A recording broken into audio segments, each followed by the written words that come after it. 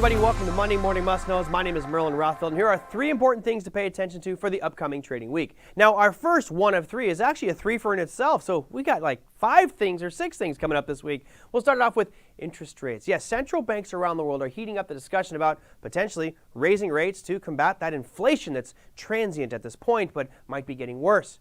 We'll start things off in the Southern Hemisphere. That's right, at 12:30 a.m. Eastern Standard Time, and all of these times will be Eastern Standard Time.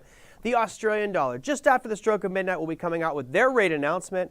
On Wednesday at 10 a.m., the Canadian dollar will be coming out with their announcement. And on Thursday at 7:45 a.m., the euro will be coming out with their announcement. Now, this is important because a lot of these currencies are sitting right in a supply or demand zone as we speak, which may present some trading opportunities. But more importantly, it might give us an idea as to what these countries are thinking about their economies overall, how inflation looks, what the job situation looks like, and what are central bankers thinking about rates going forward, which of course can drive markets.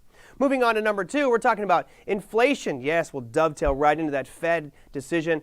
Producer Price Index, or PPI numbers, are coming out on Friday at 8:30 Eastern Standard Time. And this is important because look historically, going all the way back into 2013, you can see that it fluctuates above and below zero. But for the past 6 months or so, we've been really high. This red line that you see on your screen now, coming out about 1.0, that is very high historically. And any estimation that we've seen recently has been exceeded with regards to those inflation numbers for PPI.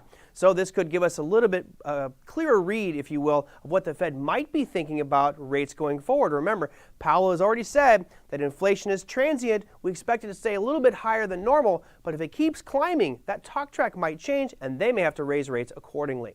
And finally, we look at the earnings calendar. It is very quiet this week. We've got 87 companies reporting, and there are a couple of big ones. No, not Coupa Software or Casey's General Store, but on Wednesday, you've got Lululemon and GameStop. Oh yes, the meme stock from Reddit, which was taken off a while back, slowly coming back down to earth. On Thursday, you've got Oracle, Dave & Buster's, and F-Cell. And on Friday, you've got Kroger's, one of the largest grocery stores in the world, wrapping up your earnings week. Now, again, it's very quiet, but some of these might be in your portfolio, and there may be some moves for those specific securities. That, my friends, is your Monday Morning Must Knows. We'll see you next week.